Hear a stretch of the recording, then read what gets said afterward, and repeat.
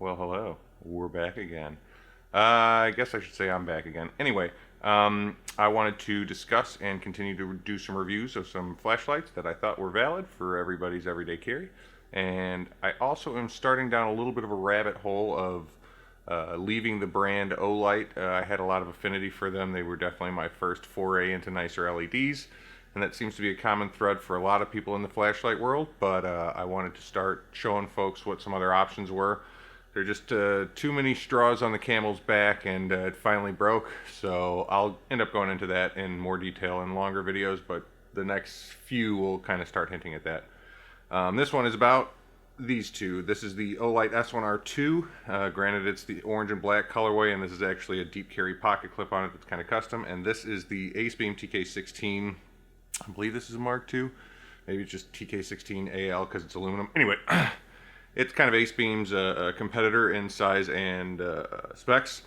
Big shout out again, once again, Jody, just taking care of me from Killzone Flashlight. I don't know if it's the Texas thing, but yeah, hospitality is well felt, and thank you again for all of your help. I've got a couple more flashlights. I've actually got this rig put together with the Acebeam L19 and the OLIGHT Warrior X Turbo. Yeah, and I'm going to do a little throw down with that. But anyway... So these are relatively similar. Again, form factor. I mean, they're one's just shy of the size of the other one, and just shy the diameter on the head. They both have TIR reflectors. They're both IPX8, roughly the same size and weight. I believe they're both IM16530R or whatever the hell the battery is. When I do the overhead, I'll have reviewed it on the internet to give you the right answer. Anyway, the major difference is this one does not come with a charger. And also, you will spend a little bit more money on a charger, whereas this one comes with OLIGHT's proprietary battery and magnetic charging, which means the tail cap's also magnetic, which is kind of nice. But I hear if you drag some triple-aught steel wool across this, you'll start a fire, which is kind of a scary idea. All right, anyway, the other major factor, which is why I started switching over, is I wanted some options as far as what my light does. And what's more important to me nowadays is high CRI, which is color rating index, if I'm not mistaken, but basically it just means how accurate the color is to what they say the color is going to be. So this one's got different LEDs than this one, and it's got 3 LEDs. I don't know why that was funny. Anyway, it's got 3 LEDs, 3 emitters, where this one only has 1. These are SST20s, and I think this is a Cree XP3. When I do the overhead, I'll have more notes. I'm just going off of a short and sweet note right here. The other major difference is I really like the tail cap functionality on this one. Very nice tactile feel, sound, all that good stuff. It's not magnetic. I'm not starting fires in my pocket per se because my keys stuck to it, which I don't keep my keys in my same pocket, but that's a whole nother Warrior mini gate story. Later video, foreshadowing. Yeah, also, you're going to see this outfit a few times because I'm going to record a whole bunch of videos in series here and then just upload them over a little while. That's kind of how this works. Sorry. So let's get into it. All right, well. This is a new overhead rig, so we'll see how this goes. This is the Acebeam Tk16 versus the OLIGHT S1R2 Baton, continued. I just wanted to go over some of the quick similarities, differences, and why you might buy one over the other one. The Acebeam and the S1R Baton 2 OLIGHT are IMR 16340 batteries. You could also run them on CR123As. This one is... You could run it on whatever you want. Orbtronics, I believe, is a website that a lot of people use to buy their lithium-ion batteries. I just got the Acebeam official one. This one, however, runs on OLIGHT proprietary batteries because of the magnetic charging base. So that kind of stinks, but they've been getting better about their pricing for them. They're definitely nowhere near compared to the same price you could get for a generic 16340, though. This will come with a charger. Here's their boxes. This one will come with a charger in its box. Comes with a little silly lanyard, I think, too, but most of it you don't really care about because if you already own some OLIGHT, you probably already got a charger, and then you end up with a handful of these magnetic chargers that are extra, which is okay. You can end up taking it on vacation with you. The packaging on the Acebeam is a little bit nicer, kind of. Doesn't really matter. If you get to the bigger lights for the OLIGHT, if you get the bigger lights for the OLIGHT, they have a nice magnetic opening.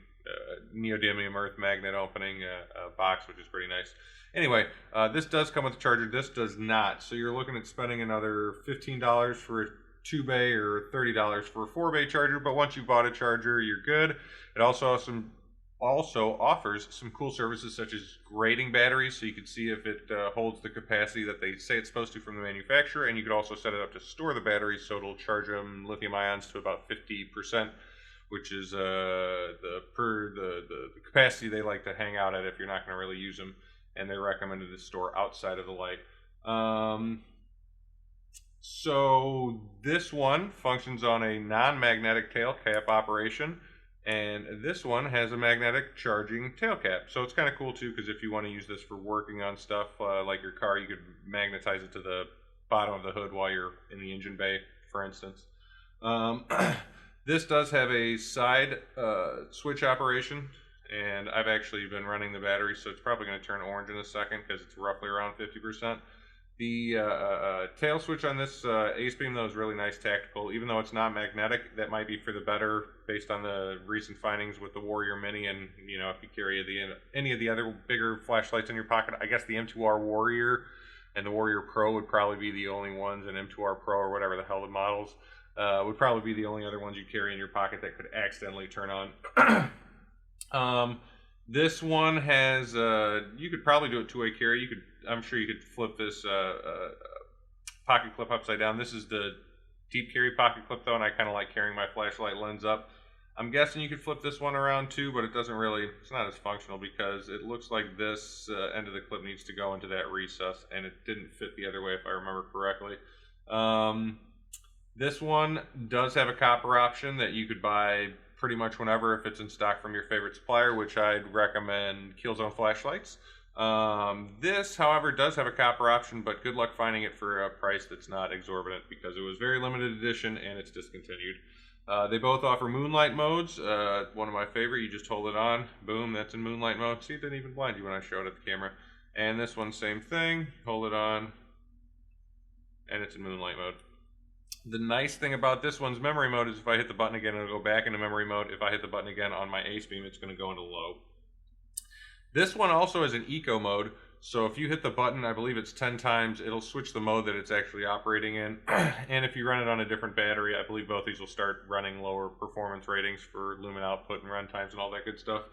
The main reason I switched to the Acebeam over the OLIGHT, beyond some of the issues with the brand itself, just based on the models, you get some sweet options as far as which emitter you want to go with, and it's got 3 emitters compared to 1. So here, let's bring this up really close here. There we go. I'm all backwards. This overhead rig is the other way. Yeah, you could see that, right? There it is. Yeah, look at those sweet emitters. Anyway, so with the Acebeam, you get 3 choices: Cree XP3, an OSRAM, and SST20 Luminos. So you either get lumen output flood, you get focus beam throw, or you get high CRI, which I'm a big fan because I don't know if you could tell in this video. Let's try and mess with it a little bit. You can't really tell because the light's from the other ones. I'll do a beam pattern example, but the colors that you get rendered from this, you look like your skin tone looks alien, while this one you actually get skin tone. So if you have cables, like you're an electrician and you actually have to see what colors the cable are because certain stripe colored cables do different colored things and all that good stuff, you're going to want a high CRI flashlight, which is what I've been going to. You get a bunch of different candela ratings. With the Cree XP3, you get a 6200 candela, roughly speaking, so that's definitely the flutter. You also get 28,500 with the OSRAM, and 3500 with the Luminos SST20s. This one just comes with a Cree XM-L2 in cool white, and it's roughly 5250 candela.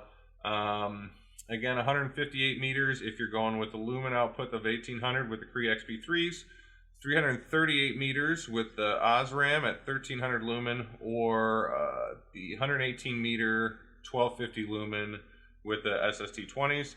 This one will go 476 feet, 145 meters, yeah, imperial metric, all that good stuff, at 1000 lumens on turbo. So again, where would I buy? I'd say I would get the OLIGHT on a flash sale at 40% off. You could probably get a cool colorway with it too. It may not be the colorway you want, but you could probably end up selling it because it's more than likely a limited edition. For Acebeams themselves, Jody at Killzone Flashlight is the best person I could recommend. You will be taken care of, and yeah, there's no question about it. Any questions you didn't ask, Jody will probably ask you to make sure you get the right product.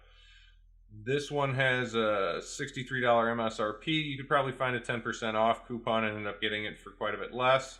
I believe it lists the map is like $54.99, so with 10% off coupon, I think it's like $49.50. This is a map of $64.95, and more likely than not, you could end up finding it for 40% off.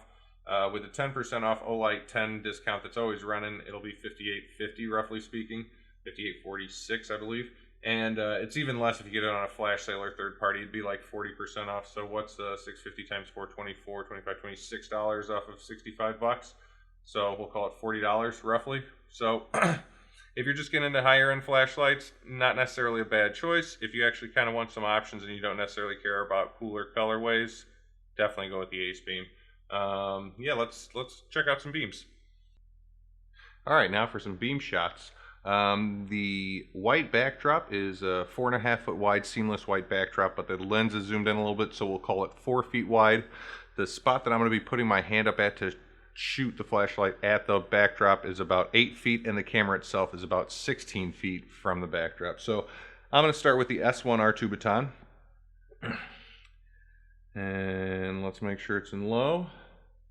So you can see my hand, and you can kind of start to see the beam on the backdrop itself, and that 4.5 foot wide backdrop is getting filled up completely with the hot spot. Let's go to medium.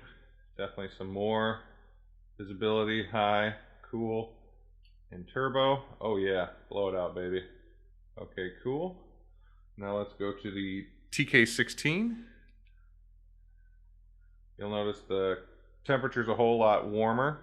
The S1R2 baton is definitely a cool white. Well, this is, I believe they rated it at 4,000 with a 95 or higher CRI. That's low.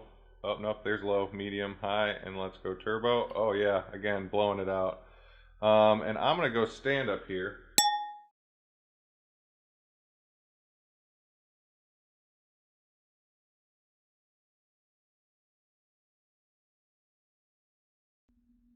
I've been shooting this review over a handful of days, and you may have already been able to tell that by the change of clothes and hair and all that good stuff. But anyway, I noticed that I ramble a lot. Yeah, like ramble on a hell of a lot more than I thought I did. So this review is a little bit long. Thank you for, if you're still watching this far into it, thank you. I already started figuring out how I could polish them better, scrap some footage for a future flashlight review I'm doing, and we'll get there. We'll get there. So S1R2 versus Tk16. If colors and matching your EDC doesn't matter, the Tk16 wins every time. Literally every time. Again, buy this from OLIGHT.com, 40% off on a flash sale, so you can get it for like $40. Get this from Killzone Flashlights. When you go to their website, you can usually get a 10% off coupon for your first order. If not, let me know, and I can try and see what I can do to help you out. Yeah, so hope you stick around for some more reviews. Thanks for watching this if you have watched this far. And if you have watched this far, leave a comment. I think they do the whole pointing down below thing, but leave a comment and I'll ship you some free stickers because, hey, why not? I got stickers and you're still here. So, all right, till next time.